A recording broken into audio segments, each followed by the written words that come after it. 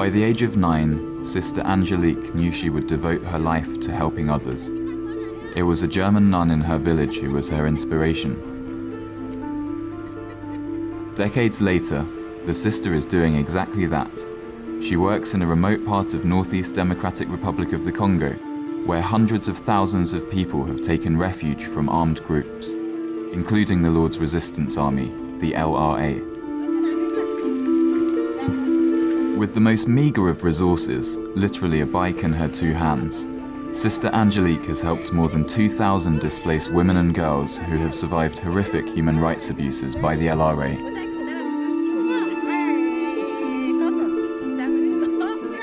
Julie, not her real name, was 13 when she was abducted.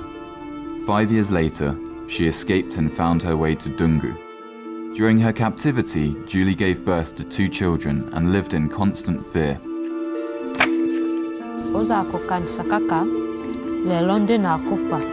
When morning came, I used to think, this is the day I will die, or maybe tomorrow. If you prepared something and they saw a strange leaf in the food, they would say you put poison in it. They would say you're a witch, and sometimes you made a mistake, and they would whip you. If they didn't beat you, they killed you outright.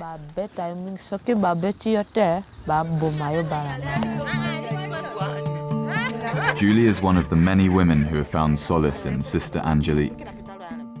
The sister helps those who have fled, those who were abducted, or those who have lost loved ones in vicious attacks. Sister Angelique was also forced to flee, an experience that motivates her even more. Those who escape carry the scars of their ordeal, taken from their homes and carrying the stigma of the suffering they've endured. These women and girls would be lost without the support of Sister Angelique. She doesn't allow them to be passive victims. Instead, she gives them livelihood skills. She gives them confidence by telling them about their rights. It's a big day for Julie. It's her first lesson since she was kidnapped so many years ago. On her first day of literacy classes, I thought that she was very diligent. Every time I asked a question, she didn't hesitate to raise her hand. My dream is that they continue literacy classes until they get a diploma, so they can fulfill their dreams they had before, either to become a nurse, midwife or teacher, and so that they can lead useful lives and find a job as they'd always wanted.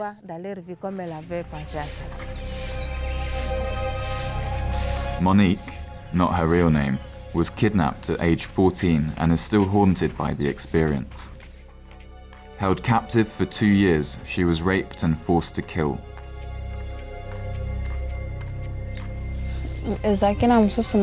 Someone had tried to escape, and they told us to kill him.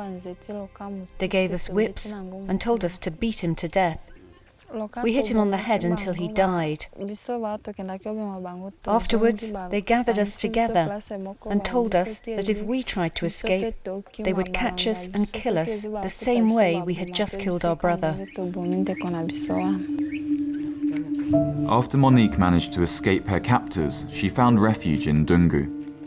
She soon realized she was pregnant. That's when she met Sister Angelique and started attending her sewing classes. The women always express their desire to sew. In my opinion, when they meet like this, they share their ideas and it makes them feel better. It helps them to open up. For Monique, joining Sister Angelique's sewing circle was a godsend. She now supports herself and her son by sewing and selling school uniforms. For Sister Angelique, her efforts are simple, ordinary. But for these women who have nothing, it means the world. Although the haunting memories will never completely fade, they know Sister Angelique will always be there for them. I consider Sister Angelique to be my mother, especially since I don't have a mother. I'm an orphan. Patricia will never heal entirely. 2 of her sons and her daughter were kidnapped. One son is presumed dead and the other 2 children escaped but are psychologically scarred. I try to forget with the help of Sister Angelique. When we came here, we heard that they were helping women, so we presented ourselves.